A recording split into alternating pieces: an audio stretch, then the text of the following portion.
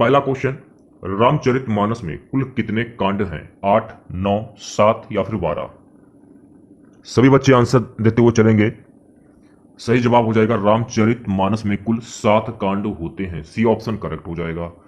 अगला क्वेश्चन देखिएगा, हिंदी किस अनुच्छेद के तहत राष्ट्रभाषा कहलाई? 343, 346, 356, 360? हिंदी किस अनुच्छेद के तहत राष्ट्रभाषा कहलाई? सही जवाब हो जाएगा ऑप्शन ए 343। चलिए बात करेंगे अगले क्वेश्चन की। क्वेश्चन है गाइस, हिंदी साहित्य का आधुनिक काल कब से प्रारंभ माना जाता है? 1999, 1850, 1951 या 1752? सही जवाब हो जाएगा हिंदी साहित्य का आधुनिक काल 1850 से माना जाता है। अगर हम बात करें आचार्य रामचंद्र शुक्ल के अनुसार, देखिए आचार्य रामचंद्र शुक्ल के अनुसार 1900 से 1843 के बीच में हिंदी साहित्य का आधुनिक काल माना जाता है। ये आपको ध्यान रखना है। दोनों ही चीज आप याद कर लीजिए। आचार्य रामचंद्र शुक्ल के अनुसार 1900 से 1843, और जो हमारे जो मतलब जो वक्ता हैं उनका मानना है कि हिंदी साहित्य का आधुनिक काल 1850 ईस्वी से माना जाता है। चलिए बढ़ते हैं अगले क्वेश्चन की ओर। अगला क्वेश्चन है, हिंदी भाषा को राजभाषा कब घोषित किया गया? 14 सितंबर 1949, 26 जनवरी 1950, 15 अगस्त 1947, 11 सितंबर 1955? ऑप्शन ए करेक्ट हो जाएगा। हिंदी भाषा को राजभाषा 14 सितंबर 1949 को घोषित किया गया। अगर पूछा जाए कि हिंदी दिवस कब मनाया जाता है, तो आपको ध्यान रखना है कि हिंदी दिवस जो है ये मनाया जाता है 14 सितंबर को। ये आपको ध्यान में रखना है। तो आप लोगों ने देखा होगा ये क्वेश्चन काफी ट्रेंड होता है परीक्षाओं में कि हिंदी भाषा दिवस जो है ये कब मनाया जाता है। तो आपको ध्यान रखना है कि हिंदी भाषा दिवस 14 सितंबर को मनाया जाता है। नेक्स्ट क्वेश्चन देखिएगा, अंधेर नगरी चौपट राजा नाटक किसने लिखा? मुंशी प्रेमचंद, गोवर्धन राम एंड त्रिपाठी, भारतेंदु हरिश्चंद्र, फकीर मोहन सेनापति? तो सही जवाब हो जाएगा ऑप्शन सी, अंधेर नगरी चौपट राजा नाटक भारतेंदु हरिश्चंद्र ने लिखा। अगला क्वेश्चन आपकी स्क्रीन पर यह रहा, पीपल पात संधि मन डोला, इनमें कौन सा अलंकार है? रूपक अलंकार, उपमा अलंकार, यमक अलंकार, श्लेष अलंकार? तो सही जवाब हो जाएगा पीपत पात संधि मन डोला, इसमें अलंकार हो जाएगा ऑप्शन बी, उपमा अलंकार। देखिए यहां से क्वेश्चन और एक पूछ लिया जाता है कि अलंकार कितने प्रकार के होते हैं। तो आपको ध्यान रखना है कि अलंकार कुल 3 प्रकार के होते हैं। कौन कौन से? शब्द अलंकार, अर्थालंकार और उभय अलंकार। ये आपको ध्यान रखना है, ठीक है। उभय अलंकार, अलंकार 3 प्रकार के होते हैं, नोट कर लीजिए किसी कॉपी पर। अगला क्वेश्चन देखिएगा, संस्कृत भाषा के पहले कौन सी भाषा थी? पाली, मगधी, प्राकृत, हिंदी? संस्कृत भाषा के पहले कौन सी भाषा थी? ये क्वेश्चन में पूछा जा रहा है। तो सही जवाब हो जाएगा ऑप्शन सी, प्राकृत भाषा थी। अब देखिए ये वाला क्वेश्चन देखिएगा, काफी इंपॉर्टेंट क्वेश्चन है परीक्षा की दृष्टि से कि उज्ज्वल शब्द का शुद्ध रूप क्या होगा? उज्ज्वल का शुद्ध रूप क्या होगा? ऑप्शन सी करेक्ट हो जाएगा, उज्ज्वल। देख सकते हैं आप लोग, उज्ज्वल इस तरीके से लिखा जाएगा। प्रदर्शनी शब्द का शुद्ध रूप क्या होगा? प्रदर्शनी, तो देखिए प्रदर्शनी ऐसे लिखा जाएगा ना, तो प्रदर्शनी का शुद्ध रूप ये हो जाएगा, ऑप्शन डी करेक्ट हो जाएगा। सत्य चयन का संधि विच्छेद क्या होगा? सत्य चयन, जब आप इसे तोड़ेंगे तो इस प्रकार से तोड़ेंगे ना, सत्य धन चयन। अगर पूछा जाए कि सत्य चयन में कौन सी संधि होगी, तो आपको ध्यान में रखना है कि सत्य चयन में व्यंजन संधि हो जाएगी। अगला क्वेश्चन देखिएगा, हिंदी का स्वर्ण युग किस काल में रहा? रीतिकाल, भक्तिकाल, आदिकाल, आधुनिक काल? हिंदी का स्वर्ण युग किस काल में रहा? तो हिंदी का स्वर्ण युग जो है ये भक्ति काल में रहा। देखिए भक्ति काल कब से कब तक चला, यह भी क्वेश्चन पूछा जा सकता है। तो देखिए भक्ति काल 1375 से 1700 ईस्वी तक चला, ये आपको ध्यान में रखना है, 1375 से 1700। नेक्स्ट क्वेश्चन देखिएगा, कलम तोड़ना मुहावरे का अर्थ क्या होगा? जज के द्वारा मृत्यु दंड सुनाना, अपना संबंध तोड़ना, लिखे हुए को काट देना, बहुत अच्छा लिखना। कलम तोड़ना मुहावरे का अर्थ क्या होगा? कलम तोड़ना यानी कि बहुत अच्छा लिखना, डी ऑप्शन करेक्ट हो जाएगा। अब ये वाला क्वेश्चन देखिएगा, समास तो मैंने आप लोगों को पढ़ाए हैं, बहुत ही अच्छी तरीके से पढ़ाए हैं। अगर आप लोगों ने हमारा वीडियो देखा होगा समास वाला, तो ये क्वेश्चन आप आसानी से कर सकते हैं। देख सकते हैं कि पीताम्बर में कौन सा समास होगा? बहुब्रीहि समास, द्वंद्व समास, तत्पुरुष समास, अव्ययभाव समास। मैंने आपको बताया था कि जब किसी वाक्य में किसी प्रसिद्ध व्यक्ति या भगवान के नाम आ जाए तो वहां पर आपका बहुप्रिय समास होता है। तो देखिए पीताम्बर यानी कि पीला अंबर है जिनका, यानी भगवान विष्णु, ऑप्शन में करेक्ट हो जाएगा। अगला क्वेश्चन देखिएगा, क्या पूछ रहा है कि पंचवटी में कौन सा समास होगा? द्विगु समास, बहुप्रिय समास, तत्पुरुष समास, कर्मधारय समास। पंचवटी में कौन सा समास होगा? जहां पर संख्यावाचक शब्द हो, संख्यावाचक की बात मैं कर रहा हूं, जहां पर संख्यावाचक शब्द हो वहां पर आपका द्विगु समास हो जाएगा, तो ऑप्शन ए करेक्ट हो जाएगा। अगला क्वेश्चन, पावक का संधि विच्छेद क्या होगा? जब आप पावक को तोड़ेंगे जब, तो कैसे तोड़ा जाएगा ये आपको बताना है। तो चार ऑप्शन आपके सामने दिए गए हैं, तो सही जवाब हो जाएगा ऑप्शन सी, पाव धन अक। अब देखिएगा, अगर पूछा जाए कि पावक में कौन सी संधि होगी, तो देखिए ये तो हो गया आपका औ, ठीक है, ये हो गया छोटा, तो औ प्लस छोटा, ये इसको क्या बोलेंगे? औ प्लस छोटा, ये हो जाएगा औ, ठीक है। और जब ये औ होगा तो यहां पर हो जाएगी अयादि संधि, ये आपको ध्यान में रखना है, पावक में हो जाएगी अयादि संधि। जब आप इसे तोड़ेंगे और समझने के लिए आप इसे औ करेंगे और प्लस आ करेंगे, तो देखिए ये दो मात्रा आप लोग देख रहे होंगे, इसको बोलेंगे औ और इसको बोलेंगे आ, यानी कि औ प्लस आ बराबर आ हो जाएगा, ये आपको ध्यान में रखना है। अगला क्वेश्चन देखिएगा, जगदीश का संधि विच्छेद क्या होगा? तो चार ऑप्शन आपके सामने दिए गए हैं, कैसे तोड़ा जाएगा ये? जब आप इसे तोड़ेंगे तो ये हो जाएगा जगत धन ईश, तो ऑप्शन ए करेक्ट हो जाएगा। अगर पूछा जाए कि जगदीश में प्रयुक्त संधि कौन सी होगी, तो देखिए मैं क्लियर कर देना चाहता हूं कि जगदीश में प्रयुक्त संधि हो जाएगी व्यंजन संधि। अगला क्वेश्चन है, हिंदी की उत्पत्ति किस भाषा से हुई है? देखिए दो ऑप्शन अगर दिए जाएं, दो ऑप्शन, सिंधु भी होगा और भी एक ऑप्शन हो सकता है हिंदी की उत्पत्ति किस भाषा से हुई है। तो देखिए हिंदी भाषा की उत्पत्ति शौर सैनी अप्रवत से हुई है। अगर ऑप्शन में शौर सैनी दिया जाए तो आप लोग शौर सैनी पे टिक कर सकते हैं, अगर सिंधु भाषा दी जाए तो सिंधु भाषा पे भी आप टिक कर सकते हैं, यह आपको ध्यान रखना है, ठीक है। अरबी भाषा का कौन सा शब्द है? अरबी भाषा का कौन सा शब्द है? नमाज, दीदार, गुनाह, गवाह। तो देखिए अरबी भाषा का शब्द हो जाएगा ऑप्शन सी गुनाह। गुनाह जो है ये अरबी भाषा का शब्द हो जाएगा। नेक्स्ट क्वेश्चन देखिएगा,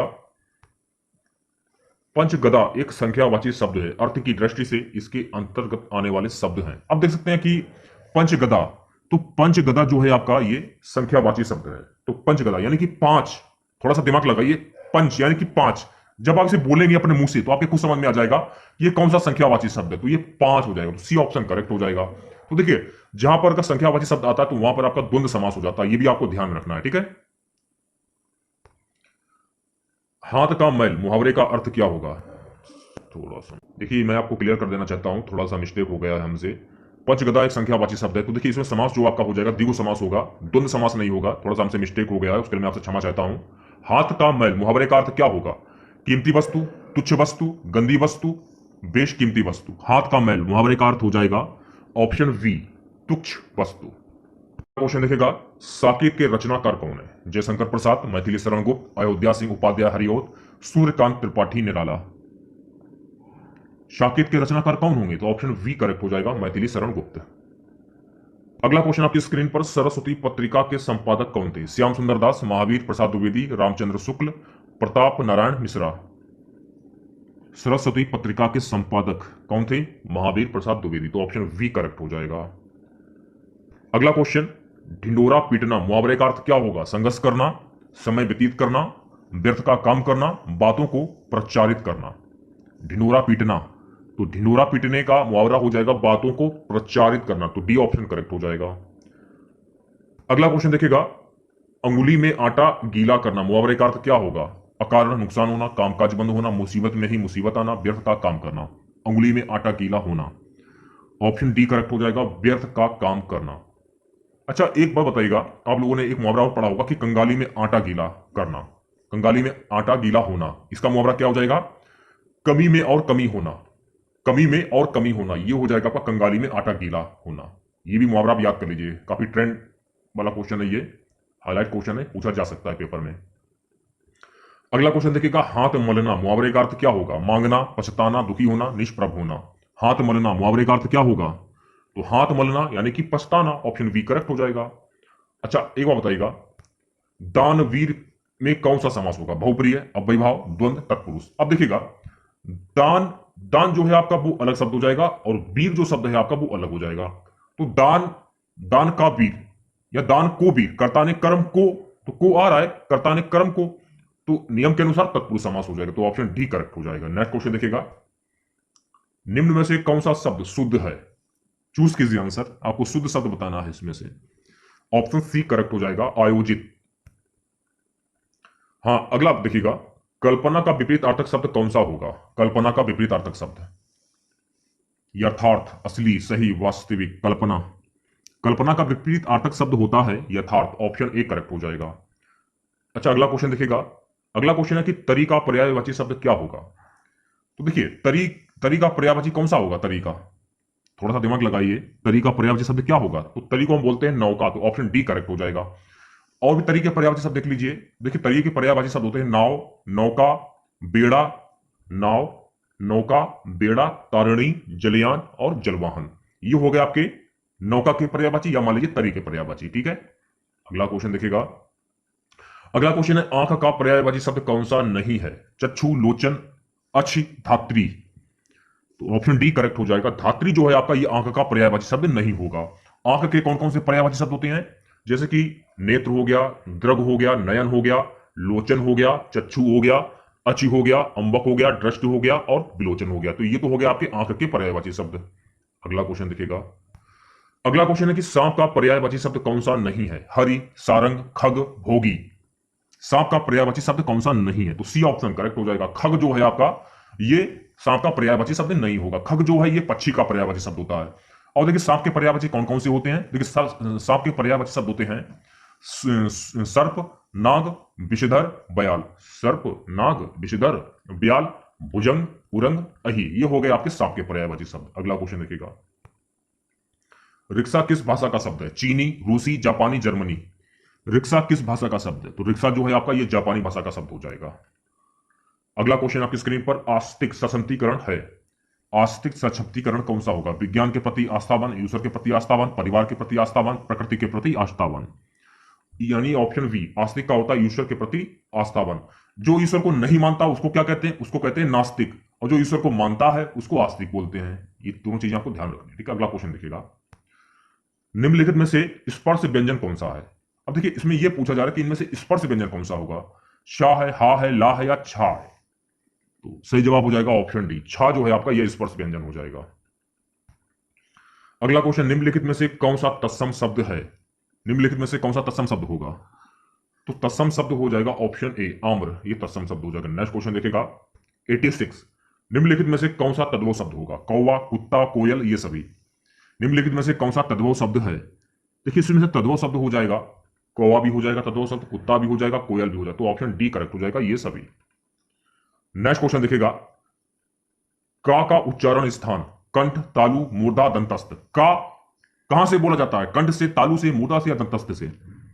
ऑप्शन ए करेक्ट हो जाएगा, कंठ से बोला जाता है। देखिए, कंठ से बोले जाने वाले शब्द कौन कौन से? का, खा, गा। का, खा, गा, घा और डा, ये तो हो गए कंठ से। मूर्धा की बात करें तो देखिए, मूर्धा से शब्द कौन कौन से बोले जाते हैं? टा से टमाटर, ठा से ठटेरा, डा से डलिया, ढा से ढक्कन और शाह और उड़ा खाली। ये हो गया आपके मूर्धा से। तालु से कौन कौन से बोले जाते हैं शब्द? तालु से बोले जाते हैं उच्चारण चा, छा, जा, झा और या। ये वाला जो होता है इसको बोलते हैं या। ठीक है, ये हो गए तालु से। दंतस्थ से कौन कौन से उच्चारण बोले जाते हैं? दंतस्थ ता, था, दा, धा और ना, ये हो गए दंतस्थ के। तो ये सारी चीजें याद कर लीजिए और कॉपी पर भी नोट कर लीजिए आप लोग। अगला क्वेश्चन देखिएगा। निम्नलिखित में से कौन सा शब्द पुल्लिंग है? आय, आंख, आदत, आलस्य। कौन सा शब्द पुल्लिंग है? तो आलस्य शब्द जो है आपका, ये पुल्लिंग शब्द हो जाएगा। नेक्स्ट क्वेश्चन देखिएगा। अगला क्वेश्चन है, निम्नलिखित में से कौन सा शब्द स्त्रीलिंग है? पक्षी, केकड़ा, चकोर, गिलहरी। इस क्वेश्चन का सही जवाब हो जाएगा गिलहरी शब्द जो है आपका, ये स्त्रीलिंग हो जाएगा। अब देखिएगा अगला क्वेश्चन क्या है? क्षेत्रीय शब्द में प्रत्यय है। मैंने आपको बताया था, शुरुआत का शब्द जो होगा वो उपसर्ग होगा, लास्ट वाला जो शब्द होगा वो आपका प्रत्यय होगा। तो क्षेत्रीय में कौन सा क्या प्रत्यय लगेगा? क्षेत्रीय। आप मुंह से बोलिए, आपके समझ में आ जाएगा। क्षेत्रीय, ई ऑप्शन बी करेक्ट हो जाएगा। आंख बंद कर दीजिए। अच्छा, ये बताइएगा, लखनऊ शब्द में कौन सा प्रत्यय होगा? अगर आप तो दिमाग लगाएं तो ही आपके समझ में नहीं आएगा, क्योंकि लखनऊ को लखनऊ नहीं, इसको बोलते हैं लखनवी। लखनवी, ई बड़ी ई, लखनवी। तो लखनवी में क्या प्रत्यय होगा? बड़ी ई। ऑप्शन डी करेक्ट हो जाएगा। अगला क्वेश्चन देखिएगा क्या है। कनक का कौन सा अर्थ नहीं होता है? अब देखिए, इसमें क्या पूछा जा रहा है, कनक का कौन सा अर्थ नहीं होता है? देखिए, कनक का अर्थ होता है सोना भी होता है, धतूरा भी होता है और नाग केसर भी होता है, लेकिन चंद्रमा नहीं होता है। अगला क्वेश्चन देखिएगा। चुनाव में नेता लोग पानी की तरह रुपया बहाए। इस वाक्य में पानी का क्या अर्थ है? लोभ, व्यर्थ, प्रतिष्ठा, लज्जा। यानी कि नेता चुनाव में पानी की तरह पैसे बहा रहे हैं ताकि हम चुनाव जीत जाएं। क्यों जीत जाएं? क्या कारण है इसका? इसका कारण होता है व्यर्थ। ऑप्शन वी करेक्ट हो जाएगा, व्यर्थ। वही पैसा अगर जनता में लगा दो तो कितना अच्छा होगा। आप भले आए, इस वाक्य में भले क्या है? संज्ञा, विशेषण, सर्वनाम, क्रिया विशेषण। ऑप्शन डी करेक्ट हो जाएगा, क्रिया विशेषण। नेक्स्ट क्वेश्चन देखेगा, निम्नलिखित में से किस शब्द में आयन प्रत्यय प्रयुक्त हुआ है? नारायण, ऋणायन, पंडितायन, धनायन। अब देखिए इसमें प्रत्यय की बात हो रही है, तो इसमें कौन सा प्रत्यय प्रयुक्त हुआ है आयन शब्द में? थोड़ा सा दिमाग लगाइए। नारायण, देखिए ऋणायन इसमें भी होगा आयन, इसमें पंडितायन, धनायन, लेकिन नारायण में नहीं होगा, तो ऑप्शन ए करेक्ट हो जाएगा। किस लोकतृति का अर्थ वैभव क्षणिक होता है या होगा? ऑप्शन डी करेक्ट हो जाएगा, 4 दिन की चांदनी फिर अंधेरी रात। अगला क्वेश्चन, 5-7 की लकड़ी एक जने का बोझ, लोकतृति का अर्थ क्या होगा? 5-7 की लकड़ी एक जने का बोझ, लोकतृति का अर्थ क्या होगा? इसका अर्थ होता है मिलकर काम करने से कठिनाई कार्य भी सरल हो जाता है। डी ऑप्शन करेक्ट हो जाएगा। अगला क्वेश्चन, काव्य में कितने रस माने जाते हैं? 6, 7, 9 या 10? तो काव्य में कुल कितने रस माने जाते हैं? सही जवाब हो जाएगा सी ऑप्शन, 9 रस माने जाते हैं काव्य में।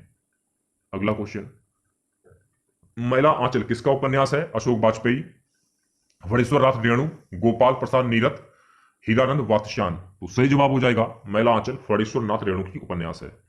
आज का हमारा सबसे लास्ट क्वेश्चन रहेगा, अंग्रेजी शब्द ड्रॉफिंग का भारत सरकार द्वारा स्वीकृत हिंदी अनुवाद होगा? प्रारूपण। ऑप्शन डी करेक्ट हो जाएगा। तो आज के इस वीडियो में बस इतना ही। आशा करते हैं कि आज का वीडियो आप लोगों को पसंद आया होगा। वीडियो अच्छा लगे तो प्लीज वीडियो को लाइक और शेयर जरूर करें, और जिन बच्चों ने चैनल को सब्सक्राइब नहीं किया तो प्लीज चैनल को सब्सक्राइब करके नोटिफिकेशन बेल ऑन करना ना भूलें। तो मिलते हैं नेक्स्ट वीडियो के साथ। जय हिंद, जय भारत।